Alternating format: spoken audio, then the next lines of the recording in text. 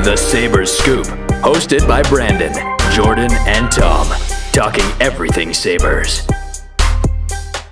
Welcome to the Sabres Scoop, presented by the Hockey Raiders, a once-a-week show covering all things Buffalo Sabres and NHL hockey related. We thank you for joining us today, and to make sure you don't miss out on any future episodes, be sure to subscribe to and like the show on YouTube, follow and share us on Facebook, and catch the great hockey content at thehockeyraiders.com and on our Twitter feed. You can find us at Sabres Scoop THW and everything else at the Hockey Raiders. How are you guys doing today, Tom and Brandon? I'm doing well, thanks. Had a busy day, but I'm ready to go. Yeah, busy is life. I feel you there, Tom, but I'm good. I know, guys. Yeah. And just want to say this again, guys. We apologize for the delay in the release of our first episode. You know, just like Dylan Cousins, we're rookies and we're getting better by the day, you know. So I think we're more prepared this time. All right. So we'll open up with some Sabres updates. There's obviously not a ton going on. We're still on a break here. They're scheduled to get back on the ice on Monday against the Islanders, but we've still got 9 players on COVID protocols right now. And as this is fast approaching, we don't know who's going to be ready on Monday. So we've still got Ristolainen, Hall, Reeder, Montour, McCabe, Lazar, Middlestat, Cousins, Dahlin, and head coach Ralph Kruger is also on COVID protocols right now, and he's confirmed tested positive. So what are your guys' thoughts on this? Where is this going to go? Yeah, look, save Middlestat, all those guys are regulars, and especially, Kruger behind the bench there. So, you're hoping that by the time Monday rolls around that some of those guys, if not all of them, are off the protocol. I don't know if that's how it's going to go, but obviously that would be a huge detriment to the team. And are they even outfitted? Are they even, set to play without those guys? Like you said, a lot of it is left to uncertainty right now, but you need guys like Ristolainen, who's been such a shutdown D and, putting up some points on the blue line, holding it down there. You want guys like Hall out there. You want guys like Dylan Cousins and Dahlin out there too. So let's hope it rolls around. I'm not sure it's going to, but, I'm sure Jordan, you can chime in on this as well. Yeah, of course. I mean, when you think of a guy like Ralph Kruger, he's 61 years old. For him to be symptomatic, even, I mean, that's kind of concerning. I know we touched upon it last episode on Don Granado, the assistant coach. He had to be on a ventilator back in October of 2019. So, yeah, you definitely don't want these guys getting COVID. And, yeah, I mean, we have 9 players on protocol today. Who knows if the Sabres season is going to be continuing? I know the projected start date for them to get it going again is this upcoming Monday, but I guess we'll just have to see. And just jumping back to Ralph Kruger there. So again, it was confirmed he's tested positive. Kevin Adams gave an update the other day saying he's symptomatic. Team doctors and training staff are taking good care of him. And we're going to have to see if he's going to be back on the bench on Monday, because the Sabres could be without their head coach. No, totally, guys. We also got some other interesting news announced today. The New York State venues are allowing with the capacities of 10,000 more will be permitted to host limited spectators beginning February 23rd of this month. So that means stadiums and arenas will be limited to 10% capacity. I want to know your thoughts. Let's start with Brandon. Yeah, think about all the teams this applies to, not just in the NHL, but also in the NBA. Think about like the Rangers and the New York Knicks who play in Madison Square Garden. They might actually be at a disadvantage allowing fans because they have 2 professional teams, 2 different sets of 10,000 people coming in, or roughly more than that for them. But for the Sabres, maybe they have an advantage because they're the only team that plays at a KeyBank Center. Things are a lot different here than they are in like Manhattan for the Rangers, for example. I think that's a good thing. I think, we saw pictures from, John Vogel tweeted, some other people tweeted pictures. They already have things on the floor, going to the bathroom, stickers for 6 feet apart, sanitary signs up and all that. So it looks like they're preparing well. And, I hope it goes smoothly. I know out of the 3 of us, I'm the only one who actually, is based out of Buffalo here. So, maybe we'll see what happens. But, that's exciting for sure. I think it'll also just be good for the Sabres to have that atmosphere. They've played 6 games at home now. You got guys like Dylan Cousins who still haven't played in front of his new team's crowd here. And just having that kind of atmosphere could really help push this team, who's right now, in my opinion, borderline able to make the playoffs here in this division. They've been inconsistent, but the amount of missed opportunities they've had, if it's a game of inches with them, a few inches, and they could have been near the top of the division right now. Totally. Yeah. We got some other news coming out of the Buffalo Sabres here. Obviously, like we said, there hasn't been much to report on other than the news today coming out of, New York State government. But it's kind of a cool aside here, just because I know for those of you who haven't followed us on Twitter at Sabres Scoop THW, go check out what we've been doing with the Black History Month stuff. We've been posting or highlighting a different player each day of the month. And this one actually has something to do with somebody we did post, Val James, who was the first Black American NHLer to make the league. This Buffalo-based artist, Idris Wajed, designed a Breaking Barriers logo with the Sabres logo. It was really cool to pay tribute to Black History Month and Val James. The numbers 1981 and 26 appear on the logo as references to the year that he made his debut in the league, Val James did, and the number he wore in Buffalo. And those are actually available on Shop One Buffalo for $25. I know both of you guys saw that. We were chatting about it a bit pre-episode, just because we are doing a little project of our own for Black History Month. How do you guys feel about this? Oh, I totally agree. It's really awesome to see, NHL teams, especially Buffalo, taking part in this, and just to give recognition in this month. Like, this is something that I always love to see, and I like that we're doing it ourselves even, and it's just really cool even too. What do you think, Tom? I think it's a great tribute. It's a very cool design. If you haven't seen it yet, the Sabres have it up on their social media channels right now. And again, yeah, they put the number 26 on there to pay tribute to Val James, who was the first Black American NHLer. And yeah, great touch. And it's a great logo. So it'd be nice if we could see it maybe in a practice at some point, or we'll see if they do anything else with them. But yeah, right now they're for sale on Shop One Buffalo for $25. Well, dollars. Bucks is Canadian. Oh, we say bucks down here in the States. What are you talking about? Oh, really? You do, yeah. You learn something new every day. $25, yeah. All right, so you're watching the Sabres Scoop presented by the Hockey Writers. Make sure to subscribe and like our show on YouTube, and you can follow the Hockey Writers on Facebook as well, and catch the great hockey content at thehockeywriters.com and our Twitter feed at Sabres Scoop THW. Yeah, and now, without further ado, we would like to bring on Jack Dawkins onto the show. He covers the Washington Capitals, New Jersey Devils, Minnesota Wild, Los Angeles Kings, Arizona Coyotes, and the Florida Panthers for the Hockey Writers.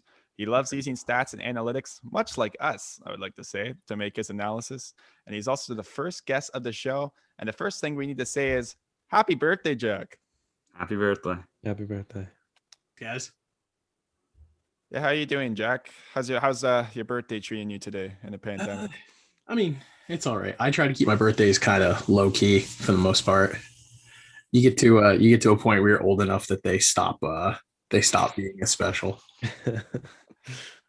No, totally. And one thing I found interesting is you wrote an article today about the Steve Sullivan's situation in Arizona. He has his contract terminated today by the Arizona Coyotes. I just want to kind of get your thoughts on that whole situation in general.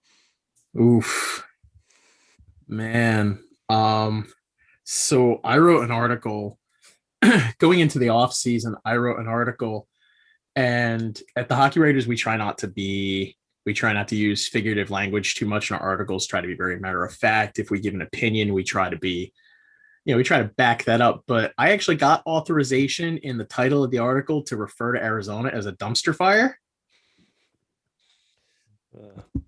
And it still feels adequate. I covered it as a news post because it was a news posting. If you're asking for my opinion on it, I don't get it. If you had a perfect excuse to fire Sullivan in the wake of the whole Mitchell Miller thing, like if you were gonna fire Sullivan, you could just say, and you could put it on him in a way where you're not making him look bad. You can just say, look, like he didn't have a lot of time to prepare for the draft. You could throw somebody else under the bus, but you could fire him there if you're planning to fire him. but the Taylor Hall doesn't get signed. The Mitchell Miller debacle happens at the draft. They bring in Armstrong to be their GM, but part of the agreement of bringing Armstrong in is that he's going to have no hand in the draft. So you look at Arizona, you look at the fact that they weren't able to keep Taylor Hall, and you think to yourself going into the draft, okay, these guys have to add some kind of draft capital, right? Like, you can't just go into the draft with a 4th round pick being the first pick in the draft when your prospect pool is literally Barrett Hayden, Jean Janique, Victor Soderstrom, and that's it. Oh, I totally agree. And obviously, since Bill Armstrong has been named general manager back in September, he's cleaned house, obviously, like we've talked about. Do you think this is just the last a guy that he's decided to get rid of? I honestly don't know, because if you're going to do that, why do you wait until now? Why? And not only that, but the team's actually doing pretty well. Like, if you look at the Western standings, they're in a playoff spot right now. I know that's actually pretty surprising, especially considering they lost Taylor Hall too. A lot of people are counting out this team, but they have a superb goaltending in Antti Ranta and Darcy Kemper, so it'll be interesting to see where their season goes. The West is wide open. It's like the top 2 spots in the West are figured out, and everything after that's a zoo. All right, so now you also cover the Washington Capitals, and so we're kind of wondering, they're in a division with the Sabres here. They've lost 3 games in a row now, and they're 3-3-2 since they played the Sabres. So they're not on a great streak right now. They're kind of playing mediocre here. What's going on? What needs to be fixed? Well, for my money, they played mediocre against the Sabres. If you actually took the time to watch those Sabres Capitals games and look beyond the scoreboard and look at the possession numbers, look at the way that when Buffalo's top 2 lines were on the ice, when that puck got into the Capital zone, it was staying there. The defensive unit, which on paper, that defensive unit for Washington should be excellent. You look at some of the names on that defensive unit on paper. You got Orlov, you got Carlson, you got Dillon and Schultz. Then you've got Chara, Jensen. But then you've got their extra guys are Siegenthaler and Trevor Van Riemsdyk. Those 2 extra guys are a bottom pairing on most of the league. Yeah. You mentioned the Sabres and Capitals games. There was a lot of it really wasn't that impressive by the Caps. So what do you think this is? Do you think this is an age issue? You think they're just slowing down with wear and tear? How do they bounce back from this? What's required? I'm in the process actually of writing an article on this. I really, really have some questions for Laviolette regarding the defensive system that he's trying to implement with this team. Vitek Vanacek kept them in those games against the Sabres. They were outshot. They were outchanced. The possession numbers were heavily in the Sabres' favor. The Sabres just couldn't buy a goal. Mm-hmm. In a lot of those games, you watch them. It's one of those things where the Sabres couldn't buy a goal. And in some respects, the Sabres have their own goaltending woes. I'm sure you guys are. Yeah. I'm sure you guys talk about that a fair amount. But if the Sabres had a little bit better goaltending and a little bit of puck luck, they win those games handedly. I don't think Washington gets away with so much because of the ability that you have to just throw Ovechkin on the ice and have him score a goal for you. But I think you have real issues with the defensive system that Laviolette is trying to implement. And at the same time, I don't think it's all that different from the issues that we saw start to rear their head under Todd Reirden before he was fired. If you look back, I wrote like a week or so before Reirden was fired, I was like, he's got to go. And then poof, they did it. But you brought in a new coach and you brought in Laviolette, who was rumored when the Devils were talking to Laviolette, the rumor that came out of the Devils was Laviolette wanted $5 million a year, which is ironically more than the Islanders are paying Barry Trotz.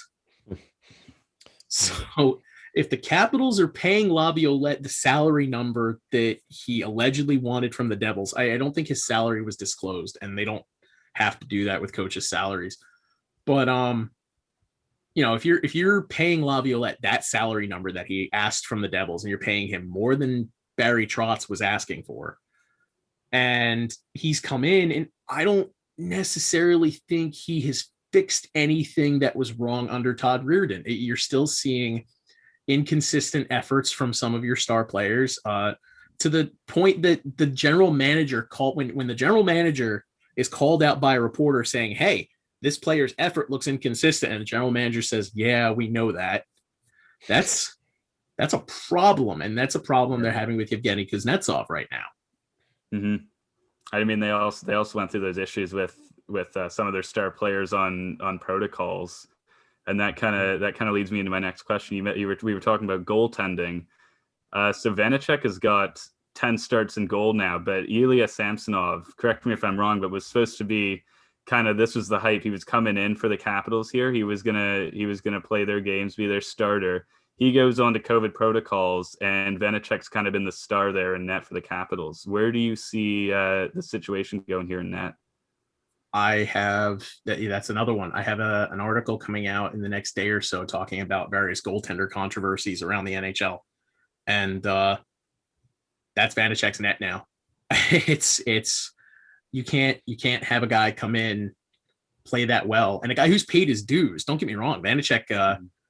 I was very outspoken about Vanacek over the last couple of years on Twitter because I've watched him quite a bit with Hershey. I'm close enough to Hershey that I can go watch their games, and I never really thought a lot of him.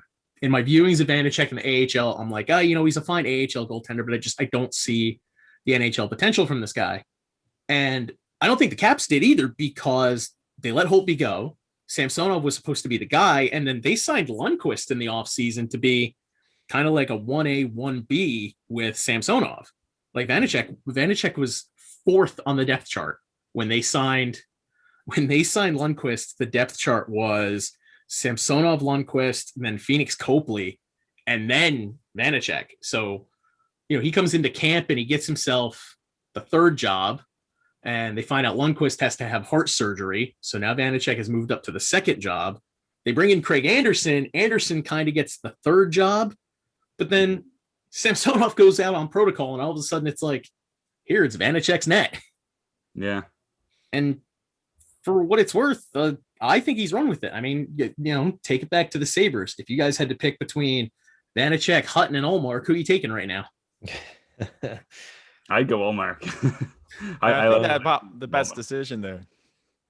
Yeah. I mean, if we were going based off of those games, I think Vanacek might be the clear runaway choice there.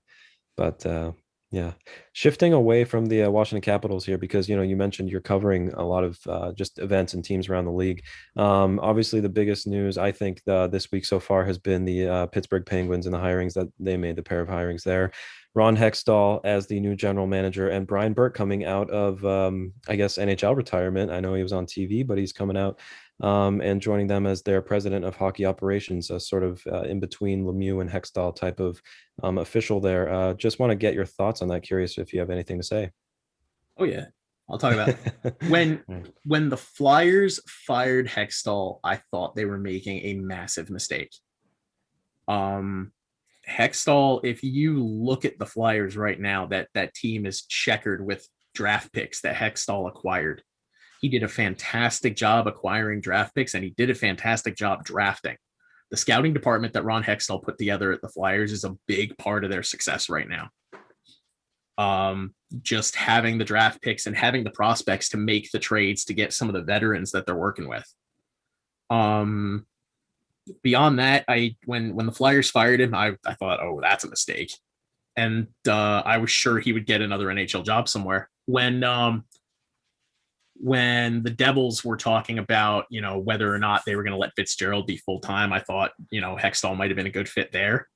So I was kind of surprised that, they crossed that Philadelphia-Pittsburgh rivalry barricade. Like sometimes those, like, I can't imagine, the Sabres hiring somebody from Toronto. It's not like something I can picture. Like down the road, Kyle Dubas works for the Sabres or something. Like I can't. Oh God. Right? Like I can't. So you got Ron Hextall, who I remember Hexy playing goal, and don't get me wrong, Hextall was a beast, just in net and fighting people. He scored goals too. Yeah. He's the original flip the puck down the ice and go for the goal guy. Like I think because Brodeur and others came on the heels of Hextall so quick, I think people really forget just how good Ron Hextall was at handling the puck and how good he was with a stick. It is, I think his history has been a little unfair to Ron Hextall in that regard. But at the same time, as a general manager, I really felt like he did a good job turning the Flyers around quickly. And I was really impressed with some of the moves he made. And like I said, I thought the firing was premature. So for Pittsburgh to go out and say, you know what, the Philadelphia-Pittsburgh rivalry doesn't matter. We think this guy can do the job. I think that was a good move on their part. Brian Burke surprised the heck out of me. I am personally a fan of Brian Burke. I liked him in his guest appearances, and I liked his insight into the game. I liked his appearances on Tim and Sid, for example. If you guys ever watched Tim and Sid, I like them quite a bit. Oh yeah. And I always liked when Burke would get into his old man stories of when we talked to this player and he had this interview. And if you go around, you look around on the internet and you find Burke talking about the player interview with Nail Yakupov. And that kind of gave Burke pause to think this isn't a kid that we want. I don't know if I would want Brian Burke as my general manager, but as a director of hockey operations, as a guy in the room conducting interviews with players and having a voice in decisions, I think it's a very good role for him. I think he's been around the league long enough that he can look at players and kind of make a determination specifically on the character of a player. And that's becoming more and more important as the game goes on, because you don't have the obvious overt character players like you used to have. So you got to have these guys who have the skills and the character at the same time. Totally agree. Yeah, totally. Now, I'm also curious to get your thoughts on this whole Sam Bennett situation. Obviously, Sam Bennett, it came out just over a week ago that he had requested a trade. The Calgary Flames come out and say no, he hasn't. And Darren Ferris, as an agent, he always likes to play this game. Oh yeah. Where do you think Sam Bennett's going to end up? Well, I think Sam Bennett should have been traded a long time ago. Sam Bennett was a 4th overall pick. I know. And it's just never really worked out for him there in Calgary. And, you see it from time to time. You see these flashes of potential, and you see this snarly player who isn't afraid to get into, that he's one of those guys that they talk about. He's not afraid to get into the dirty areas. He's not afraid to mix it up, but he also has some offensive talent. So it's just, what is it that has kept this player in a 3rd and 4th line role on a team that really could use him in a top 6 role? He's an interesting player because he has a reputation as a playoff performer. He has 13 points in his last 15 playoff games. He increases even his snarl in the playoffs. It'll be interesting to see how teams value him, and especially with trades, it's more likely potentially a Canadian team even acquires him. So there's so many different factors here. And Calgary doesn't even want to trade him. They put him on their first line in the Battle of Alberta. It's an interesting situation there. I think I get on this horse kind of with Kuznetsov and the Capitals. When people ask me about it and I talk about trading Kuznetsov, there are so many teams that are, thirsting in the desert of center depth right now. And until they acquired Eric Stahl, Buffalo was one of them. You didn't have that true 1-2 center. So if you're a team like the Minnesota Wild right now, who are running Nick Bjugstad as their top center and running Nick Bonino as their second center, you look at Sam Bennett and you ask yourself, okay, can that guy be a top 6 center for us? I think if you're in the New York Rangers, you ask the same question. You say, do I think Sam Bennett is a better option for me at second line center than Ryan Strome is? And I think that's the question. Any team that investigates trading for Sam Bennett, that's the question they're going to be asking themselves. They're going to be asking, where does Sam Bennett fit in my lineup? And am I getting 4th round pick Sam Bennett, or am I getting NHL grinder line Sam Bennett? Yeah. Another team, in that Canadian division, I think a team that has been, grossly underwhelming, if anything, based on the expectations that were set for them, I would say are the Vancouver Canucks. We're staying in, Western Canada here, on the topic of the Flames and the Canucks now. So the Canucks sit at 6-10 right now. 10 regulation losses, looks very ugly when you only got 6 wins. And they have lost now 5 in a row in regulation. They let up, they've lost 3 straight games to the Maple Leafs, let up 7 games against the Leafs, 7 goals against the Leafs rather. Why, your expectations, what were they coming into the season after they lost guys like Toffoli, and bringing in someone like Braden Holtby, losing Markstrom there in goal. And, what do you think about Jim Benning and Travis Green there? Thoughts on that? The worst thing the Vancouver Canucks did was let Judd Brackett go. We'll start there. Letting Judd Brackett go, as I think he was head of player development for them. And then Minnesota picked him up. That was the worst move they made. But more than that, on the subject of Holtby, because I cover the Capitals, did anybody not realize that Braden Holtby was terrible last year? Did anybody? Apparently not. The Vancouver Canucks signed Braden Holtby in one of 2 things. They either signed Braden Holtby having watched absolutely 0 film on him last year, or they signed Braden Holtby thinking that their defense was going to be better than Washington's was last year. Those are the only 2 options. You either didn't watch the film, or for some reason you thought you were going to be better. Yeah, and was he a better substitute than Jacob Markstrom, who was asking for, I guess, term and big money, which he got from another team? Was he a better substitute?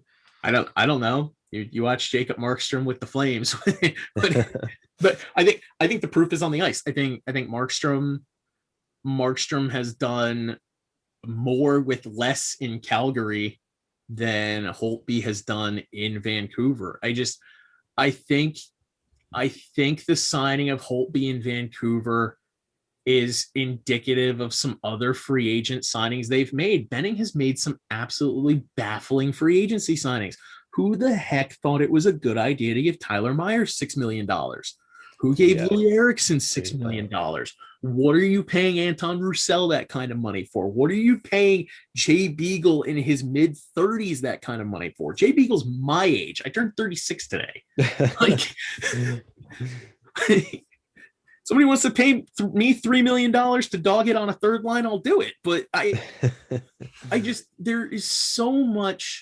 there are so many contracts that were signed by that team that make me say, why did you do that?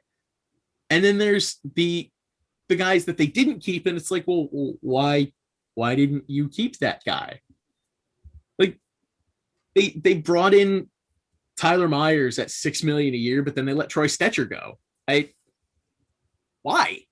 And you can see how it's affecting their team. They have a rookie blue liner now in Jalen Chatfield. And an interesting stat about him, his last professional goal was in 2018. And they have this guy playing 3rd pairing next to Ole Ulevi. That just shows you the situation in Vancouver right now. I mean, Ole Ulevi is its own saga. I mean, that's its own saga. Like, really, guys, you can't convince Triumphant to come back from the KHL. Like, it's that bad there. I mean, there are so many things that they do that are utterly head scratching. And, last year they made the playoffs. And when you're doing head scratching things, but you make the playoffs, it kind of, everybody's like, well, okay, I didn't think that was going to work, but you're winning. So, but now that they're not winning, all those head scratching moves are like, well, we kind of told you so. Like Right. Vancouver makes free agency signings that are an insult to analytics. They make trades that make you say, okay, but why'd you do that? Like, why did you trade? Who the heck was it Tyler Madden that was traded in the Toffoli trade? Oh yeah, no, so many prospects people were hired on him too, and I was pretty shocked that they got rid of him. They shipped Tyler Madden to LA because LA needs more forward prospects. Especially centers. Right, yeah. Like, LA needs more forward prospects. They're struggling over there, guys. They ship him in the Toffoli trade, and then they don't keep Toffoli? What? And not only that, but Toffoli made it pretty clear he thought he was going to stay there. I know, especially, and they kept Jake Virtanen over him, and now it looks like he's gone. It's crazy what they've done there, the mismanagement. I don't think Jim Benning's going to be there. I think, who knows? Even maybe, I don't know if he even makes it through the season. I think an ugly shakeup trade is coming, and I think I know who the trade is for. I just don't know who they're shipping out. What's your prediction? Oh, Vancouver is absolutely going to take a bite of the Tony DeAngelo sandwich. Oh, you think You really so? think so? Wow, that's crazy. What makes you think that, Jack? The only teams that can trade for Tony DeAngelo are Canadian teams. I agree. No, he is a third rail right now. Like no American team can go ahead and get him. And if they were able to, my thought is if Vancouver tries to make this deal, it costs you a young player, probably a center, and maybe you can dump a contract with it. So, maybe you say to the Rangers, okay, we'll trade you Adam Gaudette, who is pretty good looking young center. And you say, okay, we'll trade you Gaudette for DeAngelo, but you got to take Louis Eriksson. Interesting proposals here. I've even heard people are trying to make even Sam Bennett for Tony DeAngelo happen. I wonder where he ends up, man. I don't think I think the Rangers would love that. I think the Flames would kick themselves. Yeah. Well, no better way to solve the Canucks season than to bring in Tony DeAngelo. Yeah. I mean, look, I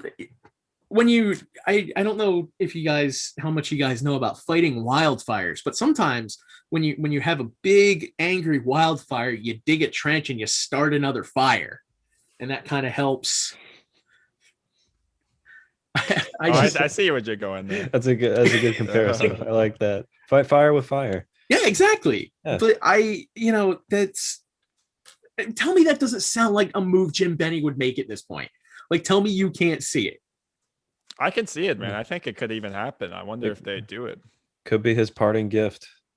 I think they are one of the, they're out on the West Coast. They're in the North Division. Tony DeAngelo disappears into the North Division for the rest of the season. Maybe he has a good season, maybe not. I think if anybody's going to trade for him, it has to be a Canadian team. Yeah. Well, our next thing, it's another story out west, not in the Canadian division this time, but the Vegas Anaheim game.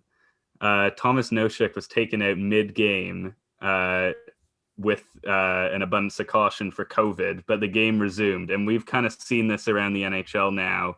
A lot of questionable things with COVID, and are they being safe? There was the Buffalo situation with the New Jersey Devils again. Someone pulled out, put on COVID protocols. They resumed the next game. How do you think the NHL is dealing with this, and what do you make of the situation down in the Vegas Anaheim match? The Vegas Anaheim thing wouldn't be half as ridiculous if the exact same thing hadn't happened to their AHL team like a week before. Happened in a game between the Ontario Reign and I guess it's Henderson where the Silver Knights play. Yeah. Exact same situation. Except I think the game was postponed after the second period. And I know the NHL just added actually a few more protocols today, but like I just don't know Yeah. if they're doing enough. I hope it just feels like a lot of situations are happening right now. I know it's even starting to affect the North Division as we're doing this right now. I know they had to postpone that game just by the hour.